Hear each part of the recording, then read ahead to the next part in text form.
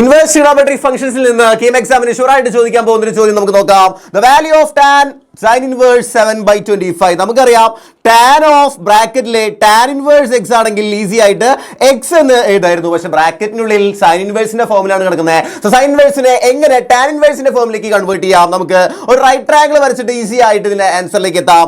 Sine inverse 7/25 എന്ന് പറഞ്ഞ ഈ ചങ്ങായിനെ തീറ്റ എന്ന് കൊടുക്കുക. അപ്പൊ സൈൻ തീറ്റ എന്താ വരിക? 7/25. ഓടിപ്പോയി റൈറ്റ് ട്രയാങ്കിൾ വരയ്ക്കുക. തീറ്റ മാർക്ക് ചെയ്യുമ്പോൾ സൈൻ തീറ്റ 7/25 ആണെന്ന് അറിയാം. ഓപ്പോസിറ്റ് സൈഡ് അപ്പോൾ 7 ആയിരിക്കും. ഹൈപ്പോട്ടനസ് 25 ആയിരിക്കും. പൈതഗോറസ് തിയറം അപ്ലൈ ചെയ്യുകയാണെങ്കിൽ √576 എന്ന് കിട്ടും. ഈ ഒരു അഡ്ജസന്റ് സൈഡ് കിട്ടിയ സ്ഥിതിക്ക് നമുക്ക് ടാൻ തീറ്റ പുഷ്പം പോലെ എഴുതാം. ടാൻ തീറ്റ എന്താ വരിക? Tan theta is none other than opposite side by adjacent side 7/24. That is theta is equal to tan inverse 7/24 എന്ന് കിട്ടും. നമ്മുടെ ക്വസ്റ്റ്യൻ ഒന്ന് റീഅറേഞ്ച് ചെയ്യുമ്പോൾ ടാൻ ഓഫ് സൈൻ ഇൻവേഴ്സ് 7/25 പകരം ഇനി ധൈര്യമായിട്ട് എന്ത് എഴുതാം നോക്കിയേ.